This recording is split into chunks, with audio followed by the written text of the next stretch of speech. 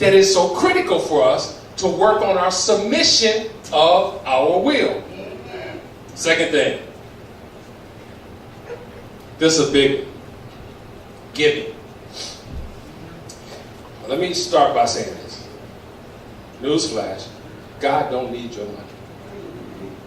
He got all the cattle on the hill. Says in his word. He don't need your money. But this giving is an act of your will. Because he's saying, I need you. Matter of fact, is it Deuteronomy where he says, I give you the ability to gain wealth? I give you that ability. I opened up the doors for you to have a job so that you could bring in that money to take care of your household. All I'm asking you to do is trust me with your first 10% of you bringing home. You keep the 90. I need you to trust me with that. Now let me tell you some of the things, reason why. It's not because he needs the money, but his business needs the money. See, this is his business right here.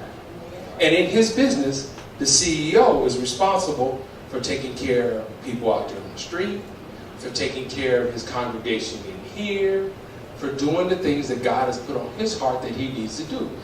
But that takes money. Amen. I cannot go to PG&E and say, my sister here has been diligent in coming every day, so I want to pay with some credits because she's been coming. PG&E gonna look at me crazy. You gonna pay with some credits because she's been coming to your church? Okay, I tell you what, lights off. Pow! I gotta go to PG&E with some dollars. I've gotta go to East Bay Mall with dollars. If I want to help people in the community and these lost souls, I can't do it by saying, matter of fact, there's a scripture there that said, don't pat them on the head and just say, okay, go ahead and be well. He said, no, buy them the coat. Buy them the hat. Make sure you take it. That's what the people want to see in the church, but they can't do it unless his body understands this is God's business. And if you can't trust him with 10%, then there's an act of your will that's causing you not to do that. Wow. And everybody needs to go back and examine that. And guys, I'm not here if you never give. That's between you and God. It really is. We don't beg. We don't beg you for money. We really don't. But I'm gonna give you a testimony. For me. Yeah. This happened for me. Yeah. I believe in tithing, and I've tithed for many years. And I've even tithed more than sometimes what my tithe calls for. But I believe God is true what he says. Now, I can say, boy, ever since the church been here, we've been tithing. So, hey, we've been tithing a whole long time. But 18 years goes by, and I'm tithing. And I've gone through struggles in my business. I've gone through struggles financially. I've had those same struggles. But I continue to tithe. About a year and a half ago, I'm sitting down there, paying my bills, going through. I open up this letter. And this letter was from my mortgage company. And they said, well, we just decided. Now, mind you, I ain't filled out no papers. I ain't done nothing. They decided, we're cutting your mortgage 40%. I looked at that letter, I ran, baby, look at this. Am I reading this right? Did they just cut the mortgage 40%? She just started shouting and praising God and giving him the honor and the glory. But that ain't it. Just 2 weeks ago, down in my office again, paying my bills, to open up mortgage company again. We decided to cut your mortgage another 10%. I'm like, God, you are incredible. You are awesome. God, you are fabulous. You are amazing.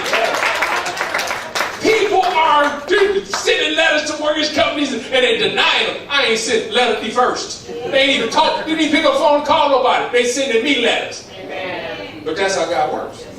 That's how God works. But I'm going to tell you something about how I was when I was tithing. Even though I didn't see a financial blessing, I seen my children were saved day in and day out. Right. I seen they weren't calling me when they was in jail or in an accident. I seen even when my business was going through a hard time, I seen his hand come through right when I needed him. Right. See, I seen things like that and it just kept me saying, God, you are awesome. Yeah. And I didn't see no financial. I was giving. I didn't see no windfall of money coming in, but I knew he was keeping keeping me, and I knew he was keeping my wife, and I knew he was keeping my daughter, and I knew he was keeping my son, I knew God was being faithful to me because I was faithful to him. Get that, y'all. Woo, get that.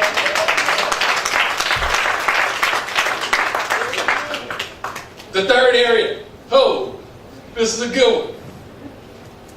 Let me take a sip of water. Buckle up, y'all. Buckle up, saints.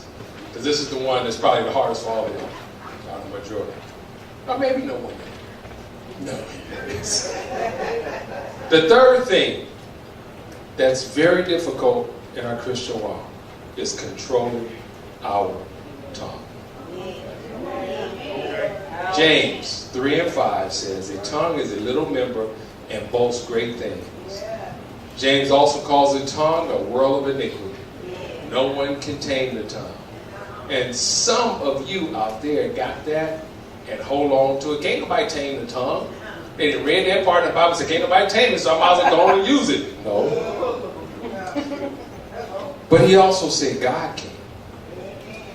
If we look at James 1 and 19, it gives us an example of how to control the tongue.